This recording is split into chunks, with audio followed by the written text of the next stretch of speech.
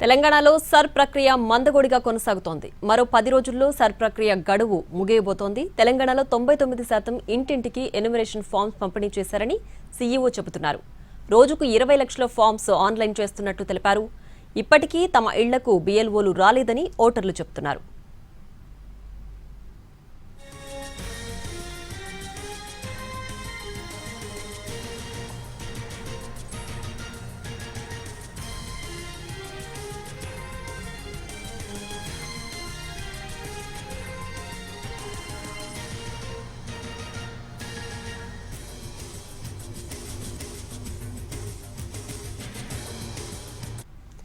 ఇక తెలంగాణలో సర్ ప్రక్రియ మందగొడిగా కొనసాగుతోంది. మరో 10 రోజుల్లో సర్ ప్రక్రియ గడువు ముగియబోతోంది. దీనికి సంబంధించి పూర్తి డీటెయిల్స్ మా ప్రతినిధి సుధీర్ తెలంగాణ సచివాలయం నుంచి లైవ్ లో అందించడానికి సిద్ధంగా ఉన్నారు.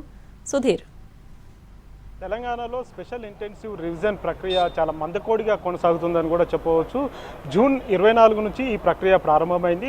దాదాపు 20 రోజులు గడుస్తున్నా కానీ ఇప్పటికీ చాలా గ్రామాలకు కావచ్చు, చాలా ఇళ్లకు ఇంకా బిఎల్ఓలు వెళ్ళి ఆ ఫామ్స్ అయితే ఇవ్వలేదని చెప్పేసి అయితే తెలుస్తుంది. చాలామంది ఇటు ఓటర్లు అయితే ఇప్పటికీ సమీపంలో ఉన్న మున్సిపల్ ఆఫీసులకు కావచ్చు, గ్రామ పంచాయతీలకు కావచ్చు, ఇతర ఈఆర్ఓ ఆఫీసులకు అయితే కంప్లైంట్స్ అయితే చేస్తూనే ఉన్నారు. ఇంకా బిఎల్ఓలు తమ ఇంటికి రాలేదు, అదేవిధంగా ఎన్యూమరేషన్ ఫామ్స్ కూడా ఇవ్వలేదని చెప్పేసి కంప్లైంట్ చేస్తున్నారు. కానీ తెలంగాణ రాష్ట్ర సీఈఓ సుదర్శన్ రెడ్డి మాత్రం దాదాపు 99.98% ఎన్యూమరేషన్ ఫామ్స్ను పంపిణీ చేశామని చెప్పేసి అయితే చెప్తున్నారు. అంతేకాకుండా ఒక రోజుకు దాదాపుగా 20 లక్షల పైచిలకు ఫామ్స్ ఏవైతే ఉన్నాయో ఎన్యూమరేషన్ ఫామ్స్ వీటన్నిటిని కూడా డిజిటలైజ్ చేస్తున్నామని చెప్పేసి కూడా ఆయన స్పష్టం చేశారు. అయితే మరొక 10 రోజుల పాటు దీనికి గడువు ఉన్నది. అంటే జూలై 24 వరకు సమయం ఉంది. ఇంకా 10 రోజులు సమయం ఉంది కాబట్టి ఇంకా పూర్తి స్థాయిలో వీటిని కంప్లీట్ చేస్తామని చెప్పేసి అయితే ఎన్నికల అధికారులు చెప్తున్నారు. కానీ క్షేత్రస్థాయిలో మాత్రం చాలా సమస్యలు అయితే ఎదుర్కొంటున్నారు.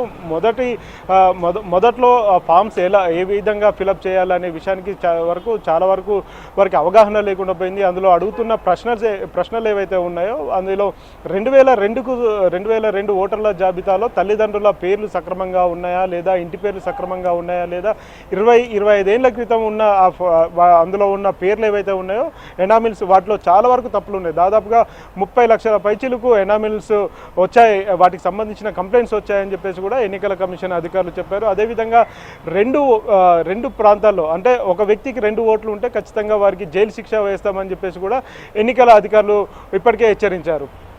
గ్రామీణ ప్రాంతాల్లో ఓటు హక్కు కలిగి, అదేవిధంగా పట్టణ ప్రాంతాల్లో ఓటు హక్కు కలిగడం, పట్టణాల్లోనే 2 ప్రాంతాల్లో ఓటు హక్కు కలిగి ఉన్న వ్యక్తులు ఎవరైతే ఉన్నారో వారి మీద కఠిన చర్యలు తీసుకుంటామని చెప్పేసి ఎన్నికల కమిషన్ స్పష్టం చేసింది. ఇప్పుడు ఈ సర్ ప్రక్రియలో భాగంగా ఏదైనా ఒక ప్రాంతంలో మాత్రమే ఓటు హక్కును కలిగి ఉండాలని చెప్పేసి కూడా ఎన్నికల అధికారులు స్పష్టం చేశారు. మరొక 10 రోజుల్లోనే సర్ ప్రక్రియ ముగిసే అవకాశాలున్న నేపథ్యంలో ఓటర్లు అప్రమత్తమై వెంటనే బిఎల్ఓల దగ్గరికి వెళ్ళి ఫామ్స్ తెచ్చుకోవాలని చెప్పేసి కూడా అధికారులు సూచిస్తున్నారు. ప్రియా.